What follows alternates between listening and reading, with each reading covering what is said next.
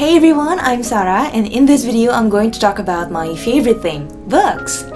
Books are a huge part of my life, and I think books also shaped me into the person I'm today. In my reading journey, I like to explore some various topics and genres, but recently, I realized that there are some specific types of book that I love and I need in my life. These types of book are like the DNA of my reading habit and the characteristics that I keep looking for in a book. Ever since I discovered this, I've been more aware of what I need, and I use this as my personal checklist every time I need to reflect on whether I read something that I actually need at the moment, or every time I need to pick up some new books to read. So I'm so excited to share this with you, and I hope that you could find this useful for you too. Let's get started! The first type of book that I love is the book that can make me feel grounded. Being grounded means we're strongly connected with who we are and our core values in life. Interestingly, we live in a fast-paced world when oftentimes we can be so bombarded with information in a day, and our lives can be filled with so many busy schedules. Reading this type of book really helps me to take some time to pause, to do some self-reflection, and to set my eyes on the things that truly matter. I also love this type of book because it helps me to deepen my own understanding of myself and people around me too. And this characteristic is found in some books across genres, such as philosophy, psychology, a book about human behavior, mindfulness, spirituality, and poetry.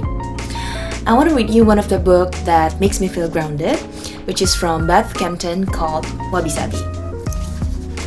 The better we get at what we do, the more exposure we get to people who have done more, are further ahead, and have more success. But as soon as we take our eyes off our own path and get lost in theirs, we miss the very experience of our own journey. It's like being on a train, traveling through a foreign country you have always wanted to visit, and then spending the whole trip watching a movie on your laptop. You miss the point and you miss the adventure. I want to read you one more highlights from the book that also makes me feel grounded. It is from Timothy Galway. When we plant a rose seed in the earth, we notice that it's small, but we do not criticize it as ruthless and stemless. We treat it as a seed, giving it the water and nourishment required of a seed. The rose is a rose from the time it is a seed to the time it dies. Within it, at all times, it contains its whole potential. It seems to be consistently in the process of change, yet at each stage, at each moment, perfectly alright as it is. Reading this type of book really helps me to stay grounded, to live in the moment, and to find beauty in growing at my own pace. Okay, let's move on to the second on the list, which is the book that can challenge my perspective. When I was reading Visual Intelligence by Amy Herman, I stumbled upon a term called perceptual filter, and I think it's so interesting. So perception is how we interpret an information we are taking in. And this perceptual filter is like an internal filter inside our mind that can color and cloud our perception. Much like saying, the process of perceiving is automatic and hard to recognize if we're not consciously aware of it. It can also cause our brain to treat assumptions as facts. This perceptual filter is shaped by our own unique experiences, cultures, upbringing, and values. I think reading the kind of book that can challenge our perspective is so important because it will help us to rethink about our preconceptions of things in life, to avoid the assumption trap, and to become a better critical thinker. I always love to read about human behavior, and last year I tried to challenge myself to read something that I'm not really familiar with, which is neuroscience. It was hard for me at first, but I tried to understand myself by giving the pace that I need and not to be too hard on myself. And it turned out to be a really fun experience. It opened my eyes to a lot of amazing things about human brain that I didn't know before. And yeah, I enjoyed it so much. So I really encourage you to try to find something that may be out of your comfort zone but can challenge you, because it will widen your perspective. Most of us take pride in our knowledge and expertise, and staying true to our beliefs and opinions. That makes sense in a stable world where we get rewarded for having conviction in our ideas. The problem is that we live in a rapidly changing world where we need to spend as much time rethinking as we do thinking. I'm currently reading this book, and I think this is a very good book that will challenge our perspective. It is Think Again by Adam Grant.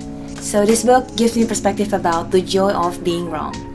Being wrong isn't always a bad thing. We don't have to see it as a sign of weakness, but we could see it as a sign that we've learned something new and it's a step toward the truth. I also love when he mentioned about confident humility. So it's like being confident in what we know in our knowledge, but at the same time, maintaining the humility to stay open to the things that we don't know.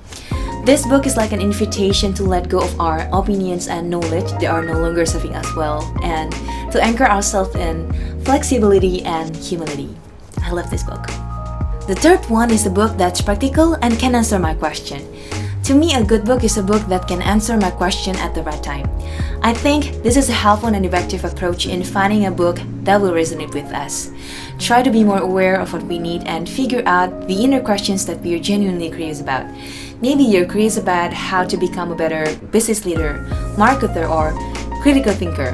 Whatever it is, find out your question, because reading the kind of book that offers specific answer to our question is more effective than just randomly picking up a book that's trending. I also believe that a gap between information and transformation is action. So read the kind of book that's practical and drives us to take an action that will lead us into a better life. I want to recommend you one of the books that I think so practical and life-changing too. It is Atomic Habit by James Clear. This book shows us how tiny changes can lead us into remarkable results over time. It helps me a lot in my journey of becoming who I want to be in life, because I think it's so easy for us to underestimate the value of making small improvements on a daily basis. But this book reframed the way I see and build my habit. Thank you for joining me in this video. I hope that you could find something useful for you, and let me know what you think about this in the comment section below. See you in the next video!